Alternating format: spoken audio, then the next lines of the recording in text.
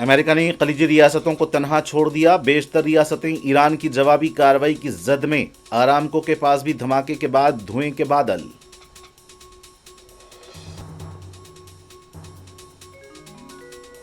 Kuwait میں کئی امریکی طیارے گر کر تباہ، امریکی ایمبیسی کے پاس بھی ایران کا حملہ، خوف و دہشت کا ماحول۔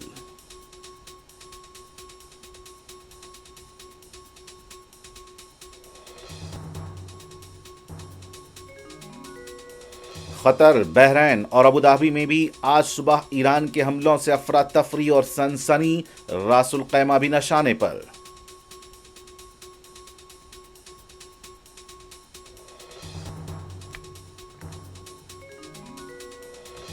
ایران کے شہر تہران پر امریکہ اور اسرائیل کے تازہ حملے، لبنان میں اسرائیل کے حملوں میں 30 افراد ہلاک۔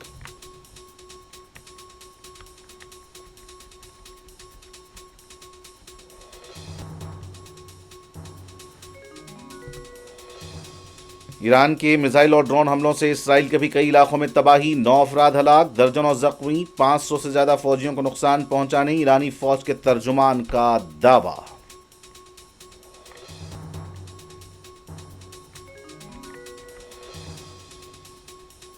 ایران کی نئی قیادت بات چیت کرنا چاہتی ہے، امریکی صدر ٹرمپ کا دعویٰ۔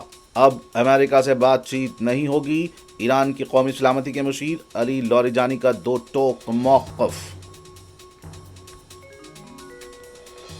ہندوستان بات چیت اور سفارتکاری کے ذریعے تمام تنازعات کی یکسوئی کی حمایت کرتا ہے، ہندوستانیوں کی سلامتی کے لیے تمام ممالک کے ساتھ مل کر کام کریں گے، وزیر اعظم مودی کا خطاب۔